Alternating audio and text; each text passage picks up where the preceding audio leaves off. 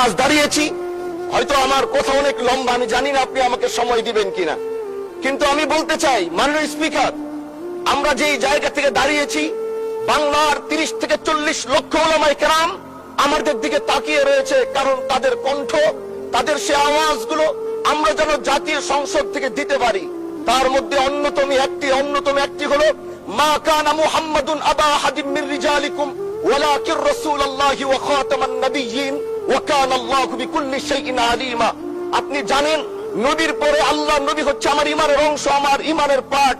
তিনাকে ভালোবাসা, তিনার উপর ইমান, এটা আমার ইমানের অংশ। তিনি আমার শেষ নবী, যেটা কোরআন ঘোষণা দিয়েছে। নবীও বলেছে আনা খাতামুন নাবিয়্যিন আলা নাবিয়্যা বাদি, আমি শেষ নবী, আমার পরে কোনো নবী আসবে না। কিন্তু মাননীয় স্পিকার, দুঃখের সাথে বলতে হয়, বাংলাদেশের এরকম একটি পার্ট রয়েছে, যেই পার্টের এক অংশ মানুষ, তারা নবীকে অস্বীকার করে, তারা মুসলমান দাবি করে, এবং এই বিষয়ে অনেকের ধারণা আছে, তারা জানে। এই আন্দোলন করতে গিয়ে অনেক মুসলমানকে রাস্তায় শহীদ হতে হয়েছে, আন্দোলন করতে হয়েছে। স্বাধীনতার পর থেকে আজও সে আন্দোলন চলছে, কিন্তু আজও পর্যন্ত সেটা পাইনি। আমি মাননীয় প্রধানমন্ত্রীকে বলবো, আপনি বাংলাদেশে একটি ইতিহাস রচনা করে যাবেন। আপনার মাধ্যমে যদি এটা স্বীকৃতি পায়, যারা নবীকে অস্বীকার করে তারা কোনদিন মুসলমান থাকতে পারে না, এটা আইনের মাধ্যমে, এটা বাংলাদেশের পার্লামেন্ট থেকে ঘোষণা হবে, সেটা আমরা চাই। মাননীয় স্পিকার, আরেকটি কথা, আপনি জানেন আমরা আমাদের নবীকে সবচেয়ে বেশি ভালোবাসি, যিনি আখিরি নবী, যাকে বলা হয়েছে ওয়ামা আরসালনাকা ইল্লা রাহমাতাল লিল আলামিন। আমরা বারবার দেখছি কিছুদিন পর পর কারা যেন কিভাবে এসে আল্লাহ নবীর শানে কটূক্তি করে, নবীকে নিয়ে অশ্লীল ভাষায় গালিগালাজ করে, নবীর শানে কটূক্তি করে। এই আন্দোলন, এই সংগ্রাম করতে গিয়ে আপনিও মাননীয় স্পিকার দেখেছেন, রাস্তাঘাটে আন্দোলন করতে গিয়ে কত মানুষ মৃত্যুবরণ করেছে।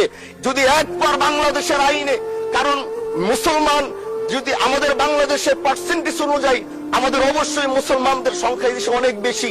আমরা তো অন্য কিছু চাচ্ছি না।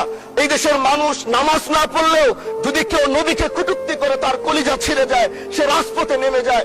আমি বলবো, যারা নবীকে কটূক্তি করে, নবীর নামে গালিগালাজ করে, এদের মৃত্যুদণ্ড, এই আইনটাও যেন বাংলাদেশের এই সংসদ থেকে পাশ করা হয়।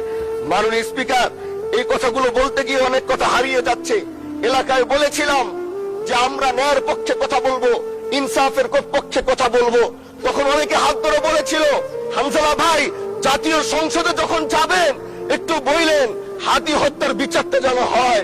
যে সন্তানটা ন্যায়ের পক্ষে কথা বলেছিল, ইনসাফের আওয়াজ দিয়েছিল, আমাদের মতোই যুবক, মাননীয় স্পিকার, তিনি এই যে স্বপ্ন বলেছিল এক সুন্দর বাংলাদেশ করবার, রাস্তার ভিতরে সেই স্বপ্ন থামিয়ে দেওয়া হয়েছে।